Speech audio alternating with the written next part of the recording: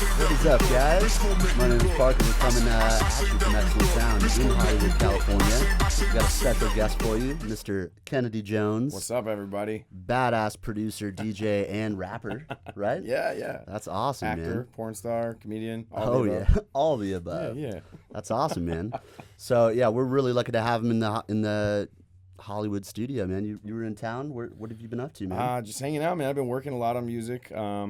I've got my hand in several projects right now that are, I don't know, my scope of musicianship, I guess, is really to the fans limited. A lot of people want me to be in a bass lane or in a hip hop lane or a trap driven lane or whatever. But like, I'm a classically trained percussionist and I've been a musician my whole life, so I enjoy making all kinds of music, right? Dude, I saw you playing those drums on that. Yeah, you know what I mean? That's awesome, and like for me, I play all kinds of instruments. I rap, I do all kinds of stuff. So I've kind of taken a step back from like trying to produce the hardest dubstep record or the hardest trap record and just made what's exciting to me, what I like, you know what I mean? And it's coming along really cool. I've got a lot of music with, I don't know, like 20 different artists right now that are all on their own wave, on their own vibe that like, cool, man. Yeah, and like through the week I get to go and work in those sessions and bounce like from place to place.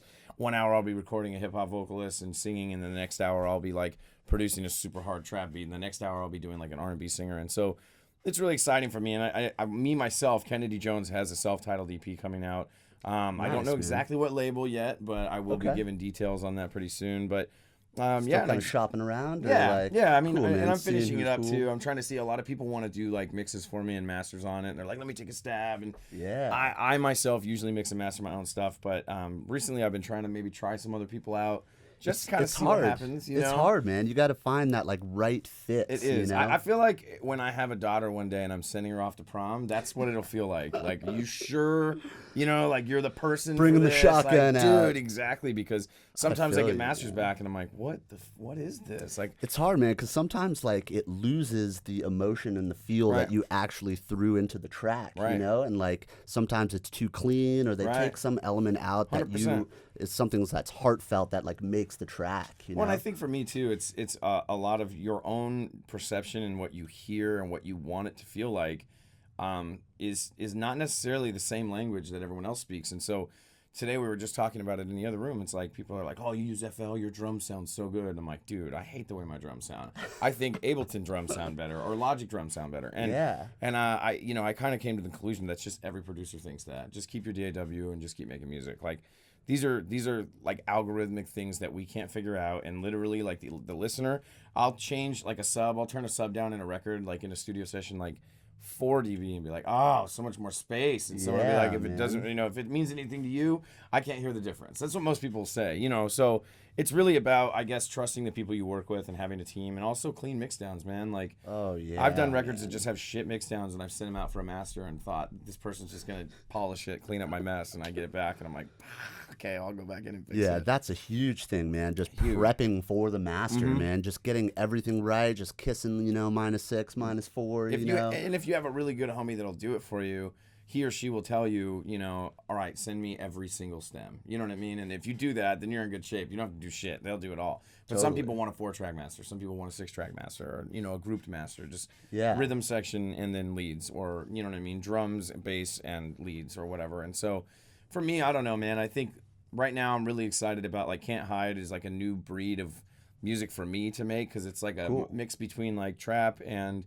dubstep and hip hop, almost like that wood block snare bouncy feel, and then it has like a weird rhythm style section, and then it has like a weird psytrance 150 140 section, then it has like a trap breakdown. So I mean, it was just something fun that I went and did. I mean, I thought at the time, like, Halloween's coming up, what's something kind of spooky and weird, and that riff is just, I mean, you can hear it and be like, all right, I picture like Transylvania, and you know what I mean, I picture like Dracula and all that. So Can't Hide is a really bass driven direction, but then I have other records that I'm working on that are really not that at all, that are more emotional, that are more free, like really raw, almost indie sounding. So I'm really excited about that stuff. And I don't know necessarily when that'll come out, because I know that I'm working on some specifics for it. But the EP has some more like dubstep, more bass stuff on it.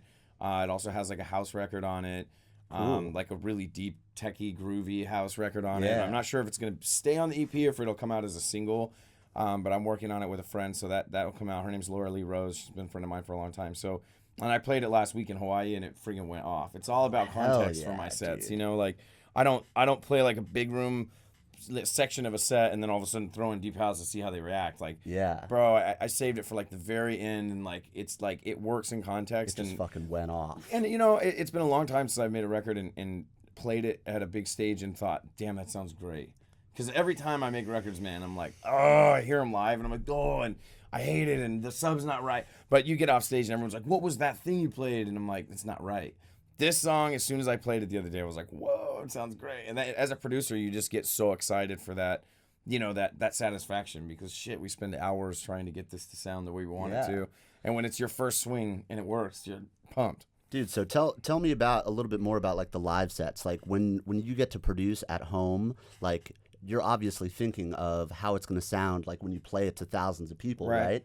And when you actually get a chance to do that, do you take that into consideration when you're producing? Like, oh, that like 40 hertz, I'm going to fucking make that shit thump. It really depends because, a lot of the time if I think that way, what I've noticed is you don't get a consistent sound out of it. So like I used to be like that where I was like, oh, right at 40 or 30, I'm going to boost where no one can hear it, but in a good system, you'll feel this. But then, it takes up a lot of energy in the high end. You have a lot of stuff that you have to account for. But generally, like, I have a remix of Tuan Zamone that I've never released. It's a Persian song. And, like, my friend Moshe Lizzy showed it to me a long time ago. And, like, for me, it sounds like junk. But when I play it live, it's just raw and dirty enough that it just sounds huge, Just fucking slaps. Yeah, and so you get to the point where at the end of the day, like, you have to consider that part of it. And I think a lot of Kennedy Jones music that ever was successful really was like that. It wasn't perfect, and that's what people liked about it. And I fought all these years to like perfect that style. And then as my style kind of grew and changed, everyone's like, we want the old Kennedy back. And I'm thinking, what is the old Kennedy? And then I go back and listen to these records, and I'm like, this is just slammed and you know what I mean? It's compressed and slammed into a limiter, and it's loud and it's tough. It's super fast release. Nothing's smooth, like nothing. It's just tough, and so remixes like that I'm working on one right now that's pretty crazy, and I'm also working on another one that's kind of like the old style, because for me, I mean, I have the most fun just kind of slapping those things together. I mean, if I'm in like studio mode and I have a writer, like tonight, there'll be a writer, there'll be a vocalist, there's going to be another vocalist, a rap vocalist. We're really going to go in tonight at the session. I'm going to rap, I'm going to try and live track some drum stuff and like do like loops and create some other hip hop stuff. But that's the time where I get to get like real musical, you know what I mean? But dance music for me, I get to be more percussive and just, you know what I mean? It's very straightforward. It's kind of a linear art for me.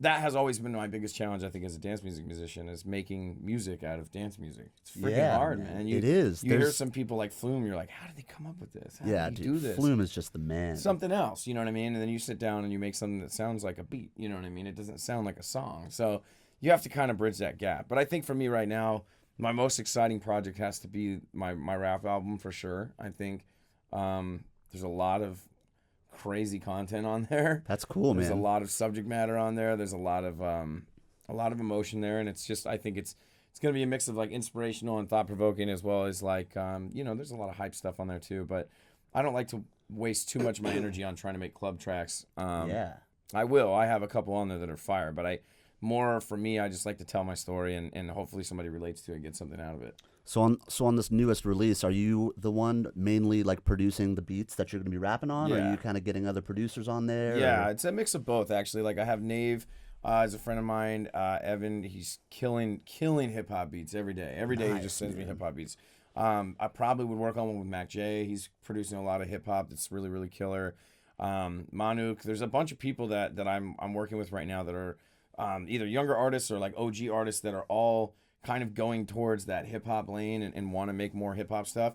So yeah, I'll definitely have some feature records on there for sure. I mean, awesome. A lot of it for me is too much. You want to produce your own beat and then you want to sing and then I can do it, but like I read a quote by Carnegie the other day that pretty much says, like, you know what I mean? Somebody that wants to have the success all to themselves is usually not successful. Even though you think you can do it, that's fine, but accepting help and like accepting the fact that you need help with a certain process, that's what's going to make something great instead of pretty okay. You know what I mean? It's hard to kind of find like a balance, like this day and age, you have to like, you got to know Photoshop, you got to know how to like edit video, you got to know how to do everything, every aspect of like your own branding. Mm-hmm. But then at the same time, like you can't get too caught up in that stuff because then, there's only 24 hours in a day. Right. And, you know, like, you can't do everything. I'll sit down at like 10 a.m., you know what I mean? I'll come home from like a trip or whatever, a show, and I'll sit down at like 10 a.m. Monday morning and be like, I'm going to knock out a huge song today. And by 1:30, I'm like halfway through an Instagram promo video I'm designing for myself. That I'm like, what is this? What am I doing? You know, and that was really a lot more when I was younger. And now it's just like, you have to learn how to delegate. You have to learn how to check your strengths and know what your vision is. You know what I mean? And if you know what your vision is and you know kind of where your priorities are at, then you're able to be a little bit more square with your process. But I've been that one-man band. I've been that show before, and it sucks. Totally. You know what I mean? It's no fun. I mean, you can do it, and you can earn it, but the thing is, I always try to tell younger artists, like, the people behind the scenes are behind the scenes for a reason. Yeah. On both ends of that paradox. People behind the scenes aren't seen when they're there and when they're not there. You know what I mean? They're called behind the scenes. So guess what you become? Behind the scenes. You know what I mean? No one knows that you're doing it all. Then you look like a douche if you're like, oh yeah, I do all of that. That's me. I do everything. From the branding down. And everyone's like, okay, but where's the song at, though? Like, where's the music? And that's what you can't get lost in that. And then you kind of get known as a person that does everything and doesn't specialize in one thing, which that's another problem, too. Well, and it sucks because I always talk about the Dewey Decimal System of artists. And, like, it's a shame that, like, especially in dance music these days, you have to be a genre-centric artist anymore for people to really want to, like, work and push you. Totally, man. And it's weird because, I mean, you look at people like Diplo, like, I really like what he's done. Wes has, like, been able to just make whatever he wants, whenever he wants. And it took his road was really more like this. He didn't just skyrocket overnight. His road was really, really slow and steady. And I think a lot of people don't get to that peak and they say, I'm just done. It didn't work out for me. You know, and what I say to those people is like, dude, if you have the drive and you have the vision to make whatever you want, like, don't make what you think you need to make. And that's dude, I can't, dude, bro. You actually touched on this earlier. Like, you were talking about, you know, you want to make something that you think is sick and you think is awesome. And I really like it. That's kind of what I do. You know, like, if you do something that you think is really cool and fun, like, other people are gonna, you know, be attracted to that, and 100%. They're going to feed off of it, and then it's going to become something that's like cool. You have to believe in your own product. You have to believe in your own music first, and if you don't, then it's just, you know what I mean, it's kind of a wash. And it's a weird energy that people can feel, for sure. You know what I mean? People can feel it. There's certain records that I've done that I'm like, I don't really like the mix down, and I'll play it live, and like, my body language says I don't like the mix down. You know what I mean? I'll watch a video and be like, shit, dude, I don't want everyone to know that, just me. Yeah. You know, and so you have to really believe in whatever you're making, because at the end of the day, before you hit export on the last version, that's what it's going to be. You're going to version like 27. Right, 2700. You know what I mean? Like, that's the get down though, man. It's part of the game. And the other thing is I've been trying to do is just like, don't take myself so seriously. Don't take any of this so seriously anymore, because the more that I take seriously about every song and every sound and you just never get anything done. Never finish anything. Howard Hughes, you're just sitting in the studio pissing in bottles, not leaving for days at a time. You know what I mean? You'll drive yourself crazy, for real. So yeah, dude, what a lot of our viewers, they're producing, they're making beats, they're doing like crazy tracks like in their bedrooms and stuff. Mm-hmm. So what kind of advice do you give to somebody like that who is kind of aspiring to do to kind of get out of that kind of thing? Mm-hmm.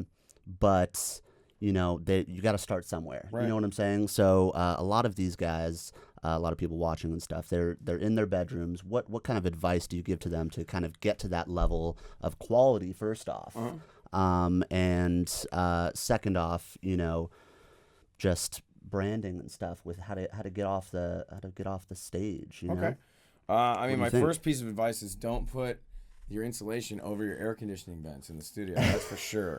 That's number one, crucial.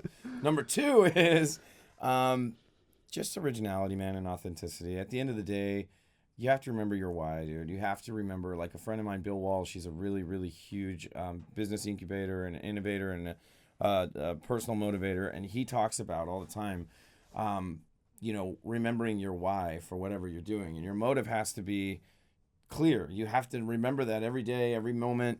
I have to restart my day 100 times a day sometimes. Today was not an easy day. You know, everyone's like, damn, that looks cool. He's like on camera and like, but dude, today wasn't an easy day. You know what I mean? You have to work hard and sometimes you you get caught up in things, or you know something at work doesn't go your way, or something that, you know what I mean, in the industry, it's just like any other job. You're going to run into your challenges, so you have to remember your why no matter what, and kind of remember to keep that why in front of you, big enough to keep your vision projected. Because at the end of the day, if you don't have that, then you're going to stop. I mean, there's been times this last 2 years where stuff's gotten pretty difficult, and I've had, you know, like deaths in the family, or other things, kind of outside issues weighing on what's going on with me in music. And if it wasn't for that why, if it wasn't for that reason that I hold on to, and it doesn't have to be a written reason. I'm talking about the emotional reason, or whatever it is that hides inside you, the magic of music that's in there. You don't try to put it into words, because you can't. It's the same thing that gives you goosebumps when you hear a good record. That's what I tell people. That feeling right there, if you get them from the back of your legs to the back of your head, when you hear something dope, then you have that. You know what I mean? Put it into your paintbrush. And that's right. And that's what you hold on to no matter what. And so I try not to let anything in my outside world affect that part of my world. That goosebump area, dude. I don't let anything around there. Nothing. Not a woman, not a car, not money, not anything, dude. Not fans, nothing. Totally. The only thing that stays there is fun and imagination, and you know what I mean? Not escape for me. A lot of people say that they can escape, but for me, it's more matching, you know, calamity with serenity. That's what lives in that space for me. And so if you have a why, it doesn't have to be the same as mine, but it has to be something that has depth and weight and it's meaningful for you. And so if you're in your room and you're producing, because, dude, I still produce in bedrooms sometimes. You know what I mean? Totally. When we're on the road, we're producing in hotel rooms. You know what I mean? It's the same thing. And so it's really about where your head's at as far as being able to detach. Like, I like to shoot trap. Like, I like to shoot, you know, shotguns or whatever. And the guys that I shoot with are always like, the dumber you are, the better you shoot. Because every time I get like a 20 out of 20, they're like, oh, yeah, they say the dumber you are, the better you shoot. And to be honest, it makes sense, because when I'm really thinking about hitting that target, you know, this clay pigeon, I mean, it's not a real bird, it's a piece of clay. Yeah. A clay disc flying through the air, and you miss it, you're going, why? How did I possibly do that? I've hit 50 of these today. How did you're overthinking. The next one that comes through, you miss that one. Totally. By the time you realize it, you're trying to rethink your entire process of how you hold your weapon and how you shoot. It's just dumb. You know what I mean? You don't get in the zone. Got to get in the zone and practice that level of apathy for the outside world. Practice that level of apathy, even though it could become unhealthy. A lot of people are like, yo, I lost my job and I'm just like clinging to producing. I wouldn't suggest doing that either. I really don't. I had a day job all the way through up until the time I got signed and started touring. And it was important to me to keep those responsibilities and priorities in place. Were they hard to do? Was it no social life? Was it difficult? Yeah, but I mean, I was supporting myself, and I didn't let, at that time, I was doing everything I could to not let anything outside mess with that bubble, that Goosebumps creative bubble. You know what I mean? And if I had to work 10 hours a day and then come home and produce 10 hours a day, that's what I had to do. So you just put your head down and grinded. That's right. Just waited for something to happen. And you know what's crazy, dude? I didn't wait. I manifested something to happen. I knew something would happen. And this is another thing I try to explain to people. You have to be completely honest with yourself. Yeah. If you know in your heart of hearts that something's going to happen, that you know you're going to make it, and you're not just making this shit up, then you will. If you know, though, in the back of your head, I don't know, and I hope this goes, you know, you got to be honest if this is what you really want to do. And there are people that way. I've had doubts before in my processes, and then something just happens overnight, blows up. And I'm like, holy shit, you know. So was there kind of like just like an aha moment where you know, you were doing your day job, you were doing all of this, and like something just clicked in your kind of like mentally thinking, you know, where you just like went into that mode where you just started being way more productive, or something like changed? Was there like a moment? Weird? What's weird is, so I was working with J Rabbit, right? J Rabbit and Obsidian and Matt from Terra Vita back in the day. Those three guys really, with the exception of like a couple other people, really let me like sit in on sessions and let me experience the digital side to making music. They were kind of your like mentors? Right, 100%. And to this day, I mean, all three of those dudes are the reason that I'm around. And I'm a musician, so I understand reading music. I understand dynamics. I understand, you know, the what it takes to make live instruments make one cohesive sound. I understand that. Totally.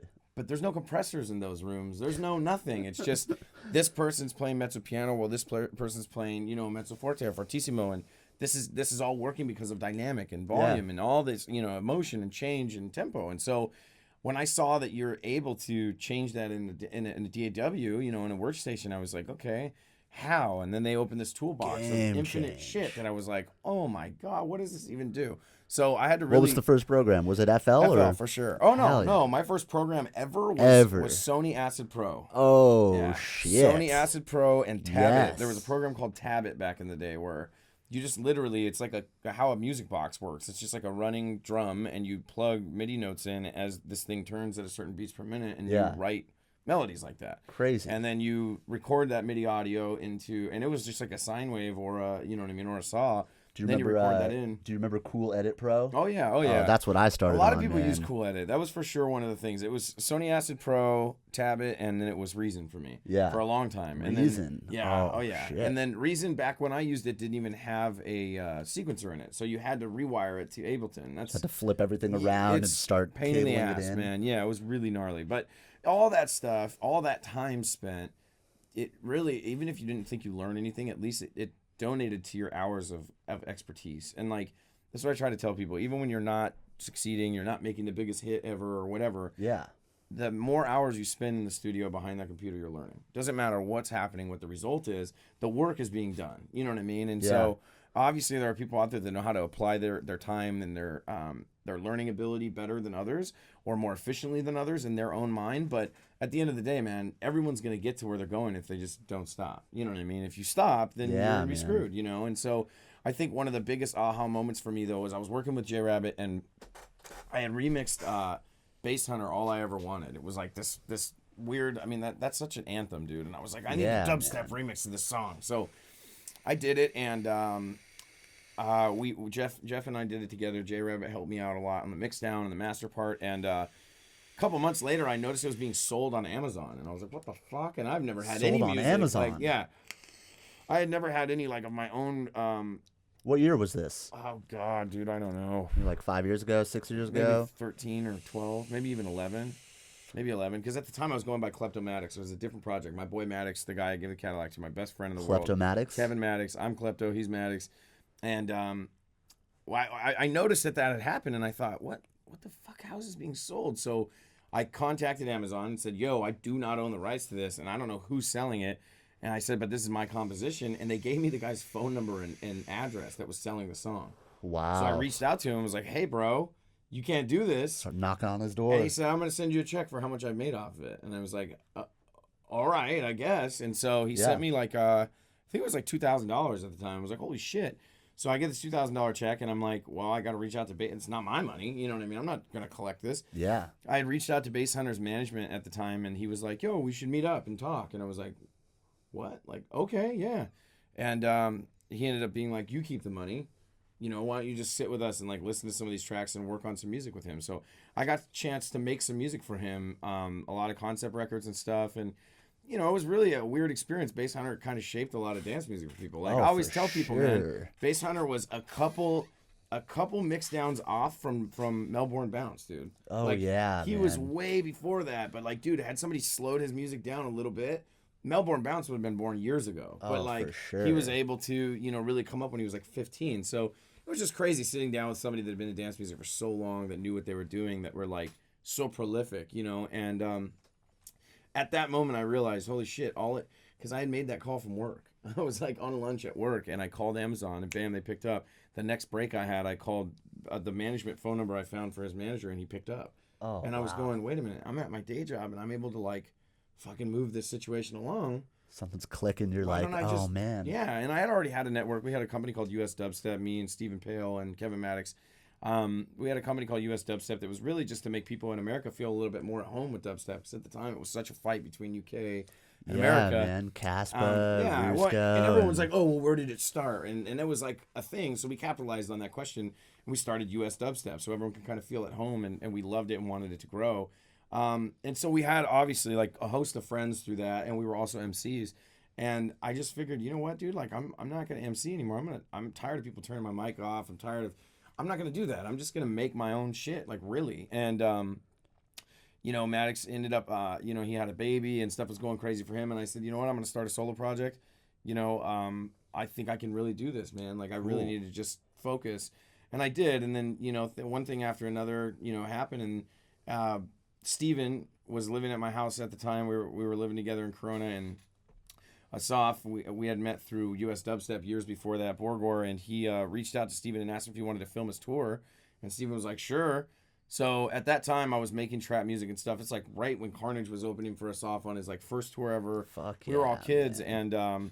And I was making trap music at home, but I didn't really know what to call it. And I was just like, I don't know, it's 808 based music. And I think what really, really happened for me was like Asaf played a remix of mine of Gregory Klossman and Chucky called Mufakta, this like really old house song that I made like a trap remix out of. And then when I saw my song be played on like a stage that big, I was like, okay, well, this is something. And then I got sat down in a room one night with Dirty Audio, Loud Pack, Brills, Luminox, and there was one other person. I can't remember who it is. Luminox. Gladiator, I think, was in there. I'm not sure. Luminox, man. I think, yeah, so. Awesome. Years ago. This is when live mixtapes was a thing. This was years ago, man. And this guy, Nick, had hit us up and said, hey, I want to get you guys all together, and Tony. And I thought, okay, yeah, sure. And we all got together and we went to the studio, and he was like, play a track each of your music. I said, okay, I guess. So we all start playing each of our songs, like our next coming songs, and it's all trap. It's like this trap style thing. And all of us are looking at each other going, what the fuck? Like, I thought you guys were doing this super separately, super like... Totally didn't know. No, nobody really knew each other. And we were all like, dude, this is like so weird. How do you... What? Yeah. And obviously Luminox played his Bingo Players thing. I played Suavemente and Loca People. Brills played his Roots remix for Kill the Noise. You know, at the time, Dirty Audio was making like crazy Dutch House with Mercer. And, you know, it was just... We were all sitting in that room looking at each other going, this is going to fucking blow up. Yeah. We're gonna fucking do this. This is really gonna happen. Fucking crack And within off. I don't know, within 2 or 3 months, man, Suavemente was all over the place. It had been done, you know. And so it was really a cool time because it was like my aha moment was that night. I think when I sat in there and listened to those guys' music, I was like not only inspired by how dope their shit was, but like how okay mine was compared to theirs. At the time, I was like, yeah, it's hard. Like you're in your room making your own art, and you don't know what everybody else is doing. Right. Like you only have your own pair of ears. Right. 100%. So you think it's cool, but like you just don't know. Right. So well, sometimes as producers, I think that we like to impress producers, not listeners. That's a big problem for us. Yes, totally. I like to make music for producers. Demo-itis. I like to make music for producers. That's one of my biggest problems is when I'm making a record, I'm like, oh my God, when so-and-so hears this, they're going to love this. And I'm going,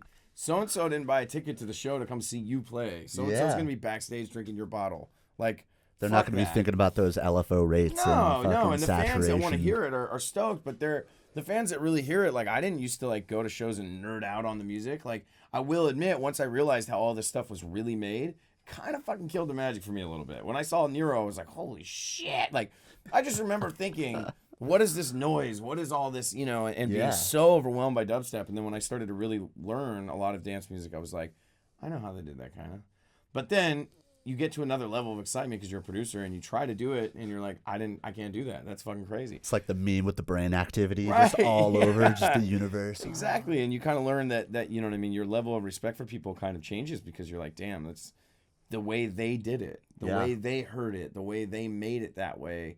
That's art, you know. It's not the melody necessarily. It's not the notes. It's none of that. They said I want all of this to sound this way together, you know. And so, I mean, for me, man, like my ability to make different kinds of music and rap and play instruments, like that's what I want to feature in 2018 for sure. I think is a live show maybe, and even like everyone's like, so what direction musically you think you're going? And I'm like, to death. Like that's where everyone else goes, man. I'm like, if you're asking, I plan on doing this for the rest of my life, yes, but like. What direction musically? And I'm like, what kind of fucking question is that? Like, for me, I feel like that kind of question is for like a pop star or a manufactured artist that 80 people are behind them telling them how to dress and You're what just to wear. always evolving. Right. Always. And I'm like, I don't fucking know. It's not tomorrow. I don't know. You know, today this is what I wrote, but I have no idea. Like, I'm not trying to change into like a main stage act or like a big room act or a trap act or a dubstep act or whatever. I'm not an act, dude. I said this in a freestyle the other day in Hawaii. It just kind of came out of me. I was like freestyling for the crowd. And I turned it down and it was like a cappella break. And I said like, dude, I'm an artist, not a fucking DJ, dude. I'm a fucking artist. And a lot of people don't understand that part of it, man. I think that we kind of get shelled into, you're a DJ, you're a cash cow, just keep touring, just make us money, just make us money. And that's part of the industry. It's the monster. It's not a personal thing. It's a part of the industry. But I think as an artist, you have to remember, dude, like, you are the one in control at the end of the day. And I think it's hard too because what fans don't understand from like our perspective as artists and producers is like we are evolving. So like we come out with that one like new album and it sounds totally different from the previous one or you know our first EP and they're mad. It's like, you know, we talk about this right now, but I remember the first time I heard like Renegades of Funk after Battle of Los Angeles came out, and I was like, I don't like this. Oh yeah, I fucking don't like this. I was like, what the fuck? Like this is weird. This isn't Rage Against the Machine, and like you know, a lot of people or Korn like Follow the Leader and what was the other record? I don't know, Twist was on it. It was another one of their albums, Life is Peachy. Yeah. Between those two records, they sounded different, you know, and everybody was like, what the fuck? And Incubus. Who knows what was like going through their heads at that moment, look at you know? Incubus. Like, what is that? Megalomania versus like Wish You Were Here. You know what I mean? Oh, like, man. Totally different Completely wavelengths, different. right? And so, and I love Incubus, but I would prefer to hear Wish You Were Here, obviously. So, I think that it's all interchangeable, man, and it's all relative. And like the more that you understand, though, that like your relativity is infinite in the world because of the fact that like unless you have literally 8 billion followers on Instagram, you're not reaching everybody. Like you're fucking fine. You know what I mean? Leave it alone. Like if you have 8 billion followers on SoundCloud and the second you post your song, it gets 8 billion plays, then if that's not you, then stop fucking tripping and just make music. I mean, that's the truth. And a lot of people. I learned how to leverage negativity and leverage, you know, being down or discouraged by remembering that infinite number of people that my music could be exposed to every time. That makes me excited. Or while I'm in the studio creating, I think while I'm in here creating, whoever's popping right now, the Migos are probably in a studio session doing literally the same thing that I'm doing right now. Exactly. Their head is telling them the same shit that my head is telling me. Yeah, it's all relative, man. If you're singling yourself out and isolating yourself to become somebody that's like, no one understands how hard it is, dude, I'm telling you right now, eye to eye, we understand absolutely how hard it is because we are people too. And so I think at the end of the day, being on brand and all that shit, I mean, dude, it's what you see is what you get. You know what I mean? Like I'm just a real ass dude. I don't like to mess around. And we were talking about earlier. It's like somebody was saying something about an 808 I was working on out there, and I was telling him like I'll ask people like what 808 is that? What'd you do to get that sound? Like what did you put on that 808 channel? Like it's so fat. And people would be like, oh, nothing. I just made it and turned it up and like, oh, you just did nothing to it? Okay. Yeah, you know, and it's funny to me because when that happens, like my head automatically goes, well, you're shitty and they're good. Yeah. That sucks. You know, it's just a part of what happens, dude. Sometimes you get so down on yourself about making music and other things in your art that, you know, you get caught up. And so you have to learn ways to refresh, restart your day, restart your reason, like I said, kickstart your why of what you're doing. And I mean, you should probably be fine, to be honest. Yeah, and I mean, like, me and Danny here at Excellent, like, we love sharing, like, all of our secrets that we come up with, you know, like, all of our little tricks and stuff like that. And, like, the people that we work with are all the same way. Right. And what we found out is, like, you know, the more open you are and the more sharing you are and giving, like, the more that people give back, 100%. You know, and it's like this cool community.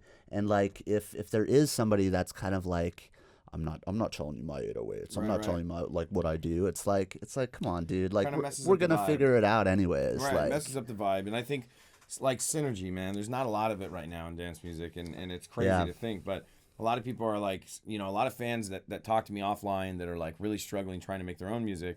They're like, but how do you get into like the clicks, you know? And I'm like, that's fucked up. To even hear a fan ask me that, I'm like, yeah, that word click. Because dance music is not that. You know what I mean? And it never has been that. And music in general shouldn't be that, I don't think. And they're like, well, yeah, but I gotta like be cool with a click, right? To like get a cosign and like, and I'm like, that's fucked. Yeah. Like, who the fuck were the Beatles cool with before they popped off? No one. Like, who the fuck was, you know, Rage or you know, Red Hot Chili Peppers? Like, it's just. I'm sure they had friends, you know, but there was no Instagram or social media back then where they were like, hey. Yeah, dude, they were having fun. Right. They were making music with their friends. 100%. And literally. They weren't like, hey, check this guy out or like, check this girl out or whatever. Or go follow so-and-so. Yeah. It's just, it's also a fast track. So us as humans innovating in general, we like faster, easier, more efficient processes. Totally. If it's easier for you to get fame overnight because somebody with 8 million fucking followers tags you and plays your song, I wouldn't say no to that opportunity either. But a lot of people, I think, now are so programmed to think that's the only way. Totally. You know, it's the only way I've seen it happen for them, and it's going to happen for me or nothing. And, like, I don't fucking believe in that, dude.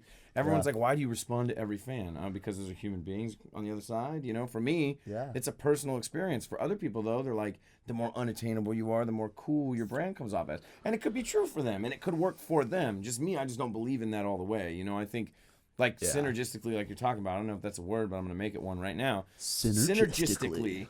You know, but I think in a light of synergy with music and fans, they all have to work together. You know, it all has to be relative. It all has to work in the same flow, same harmony, or else you have nothing. And you as an artist lose faith in the entire ideal of a dance music scene or a music scene in general. And so I think going forward, I mean, for people that are out there like wondering what to do, first things first, like I said, make sure your AC is fire in your studio.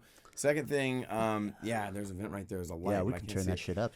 Crank it. No, and the second thing is get used to your room. You know, try to find. I mean, dude, this is what I did for my first studio, and to be honest, I've never done better mix downs in that room. Never since. There's you just know, something it's crazy about so that. bad, dude. Because now even I have like a badass studio. Jared from Pro Audio came to my house and like did all this shit. And, like, I love it, but it just doesn't sound the same way that I remember, you know? So it took me a long time to get adjusted to it. From Pro Audio Star? Yeah.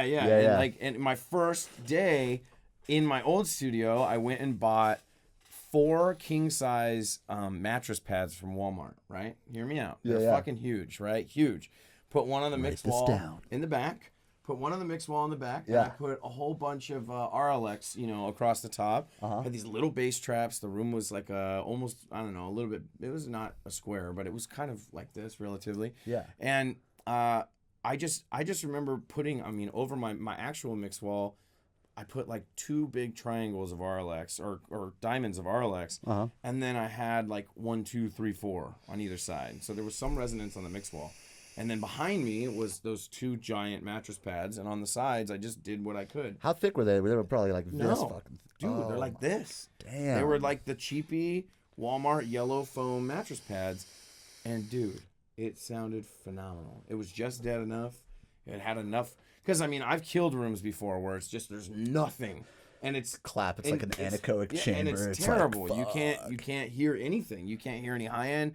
I mix my high end way too loud, and I get in my car and I'm like, holy shit, this room was perfect. And like it was only perfect, dude, because I just wasn't thinking so much about the scientifics. I just couldn't wait to plug my shit in and like get to it. You know what I mean? And if you don't have that same vigor every day in your studio, you will not finish music. You will not succeed. And I know that firsthand, because when I lose that vigor to create, I'm like, holy shit, dude! Like I'm fish out of water. I'm not comfortable in my own skin unless I have that same vigor, that excitement to create music and like do something, man. You know. And so I know producers that are like literally they have their laptop and they're Bluetoothing it to their like Beats pill, and it's like the small Beats pill. It's not even the banger one, and they're killing it. Well, my homies, you know, a lot of my homies that I tour with, they're like in the airport, just like, you know, headphones on. I'm like, how the fuck do you do that? It drives me fucking nuts. I hate it. Yeah. But, you know, it's to each their own. And like tonight, just sitting here waiting for all this stuff to get set up, I'm in there and like producing just on my actual laptop speakers, and I came up with something cool that I can't wait to fuck with. You know what I mean? And it's just how it goes, man. I think that at the end of the day, what you really want to look at as an artist is what your why is, and remember 100% that no matter how many hours you spend behind that computer, you're learning. And also, we talked about this again, if you're thinking of switching DAWs, try it for sure. I mean, go to what you're comfortable with, but everything is going to be relative. I mean, I've had, you know, like the homies from Night Party say, you know, dude, it's all the same. You're fucking, it's really in your head. Stop tripping. Yeah. And, you know, I had, like, I posted a preview the other day of a record that I'm making with, like, a female vocalist, and someone's like, this is fucking amazing. And I looked, and her profile fit the kind of demographic that I wouldn't think would listen to a Kennedy Jones song in a sense that, like, she had like a lot of Bieber and like Blink-182 stuff, and I was like, this is so fucking weird.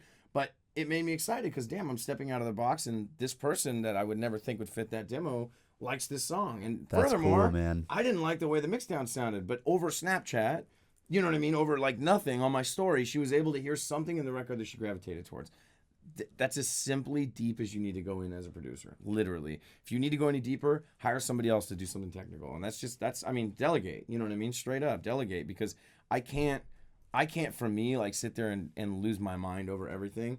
if you got friends that are like, yo, I'm better at mixing, and you haven't had the mixing experience, you and I, we're fucked. I mean, we've sat there and done it all from point A to point B to Z. 10 million hours. So there's no way to like let someone else just do it. But if you're just starting, there's tons of people out there that are good at mixing and mastering. Like, I have a friend that is very successful right now in dance music that doesn't mix any of his records.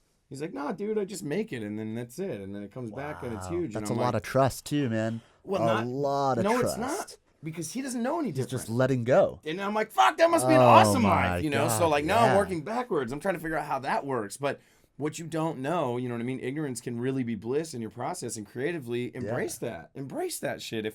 If I could, like, walk in and pick 8 colors and say, I'm really good at color schemes, you're really good at painting. Yeah. Like, you know, and I want to, like, you know, we want to make $1 million off this painting one day. If I stay in the room and paint the fucking thing, it probably won't even get to a museum. I'm going to be like, oh, fuck, it's not as good as so-and-so's. But if I'm really good at just picking a color scheme and you're really good at painting, I tell you, here's what we want, and you do it, and I bounce, and we come back, and there it is.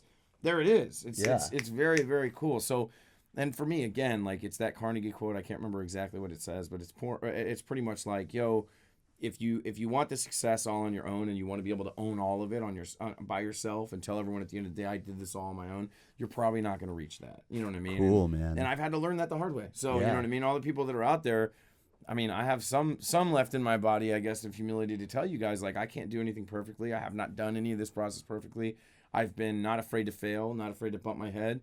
And you need to be the same way too, you know? And do you have like a challenge you run into, or some walls you run into politically or whatever? Make sure that your side of the street is clean. Make sure you're doing things the right way, and don't be a piece of shit. I mean, legitimately, like, it's the best advice I can give to people. Don't try to fuck people over. Don't honest be on the and take. Stay positive. Yeah, don't be on the take. And it may be awkward for you to apologize to somebody. It may be awkward for you to go make something right. But at the end of the day, dude, if it involves your goosebump bubble and your why of why you're making music, don't let any fucking thing, not your pride or any of that shit, get in the way of tainting that. I've had that happen to me before, and it's the loneliest, shittiest place in the world, and I'm happy to say I've done tons of work to get out of that place, and creatively, like, I'm back to where I want to be. So I appreciate you guys having me in here, especially being in rooms like this. Dude, thank you so much, man. We got a lot of good stuff, man. Cool, man. Yeah, seriously. I'm glad you only got to say 3 words. I know, dude, but I enjoyed it. It's going to be about 30 minutes. I totally enjoyed it. You don't know me, motherfucker. It ain't going to be 30 minutes. Yeah, man. Well, dude, it's cool. It's been super fun hanging out. Cool, man. I appreciate it. Thank you guys for having me. Very so, nice. last note. What are we looking out for, man? What is on the horizon? What do you specifically? What do you want to plug, man? So the EP for sure is one thing that you guys got to check out and look out for. I'm gonna probably I get so excited, man. I do rap records, and then I'm like, fuck, I'm gonna make this an album, and then I'm like, I just want it out, and then I release it. But a rap album for sure is coming out as well. I mean, I've been telling people about this for years, and honestly, if you're watching this and you're wondering like why it's not out, I'm still collecting drops in the bucket to write about. You know, I mean, the industry can be a really tumultuous place, and it's all about perspective. I mean, some people could say that my career has gone a certain way. I could say my career has gone another way. Or some people could say XYZ affected it, and you know, ABC affected it. I want to be able to write all these things in my best mindset possible, you know, and be able to be in a pure place of gratitude when I write music. If I write while I'm pissed off and angry, like, no one's going to want that. You know what I mean? So for me, I think at the end of the day, watch out for the hip hop album. Awesome. Watch out for the EP, and then also the Mike Jones and Riff Raff Record Club going. It's out now. Oh, fuck yes. Go grab it. It's out on Denmark. And I just got some friends that are like sending me videos from 24 Hour Fitness. I guess it's playing in all the 24 Hour Fitnesses. I'm stoked about that. Nice, man. So, and I know somebody heard it in a mall the other day. So It's starting to catch some steam. I'm stoked. I brought Mike Jones back. And then Can't Hide. Can't Hide's like the holiday anthem right now, the Halloween anthem. And then watch out for New Life. It's another record that I have coming out. But other than that, man, I mean, just keep your ears and eyes open. And what I encourage everybody to do is, like, if you have an artist that you like and you think they should be putting out something, just keep your mind open. You know, I mean, Kennedy Jones, right now for you may not be the biggest trap producer or dance music producer or dubstep producer. But in 10 years, my catalog will be so full of every kind of music that a Hollywood Bowl show would look something fucking epic, right? Just fucking going through the pages. And that's what I want. You know, bottom line. I mean, you look at Hans Zimmer, you look at all these other people that got those chances to do that in Coachella years after. That's what I would like. I would like to come back and say, everyone in the crowd's, you know, tripping that this was like so big and whatever their heyday was.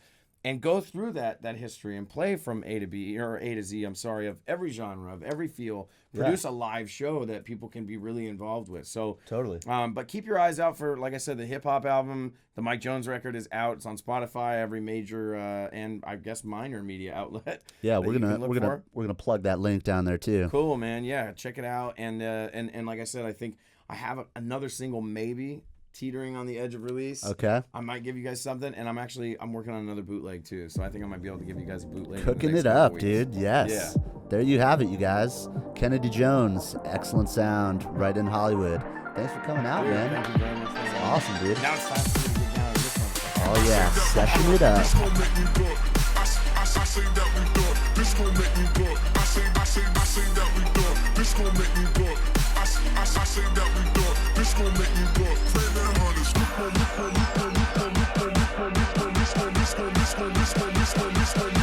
gon'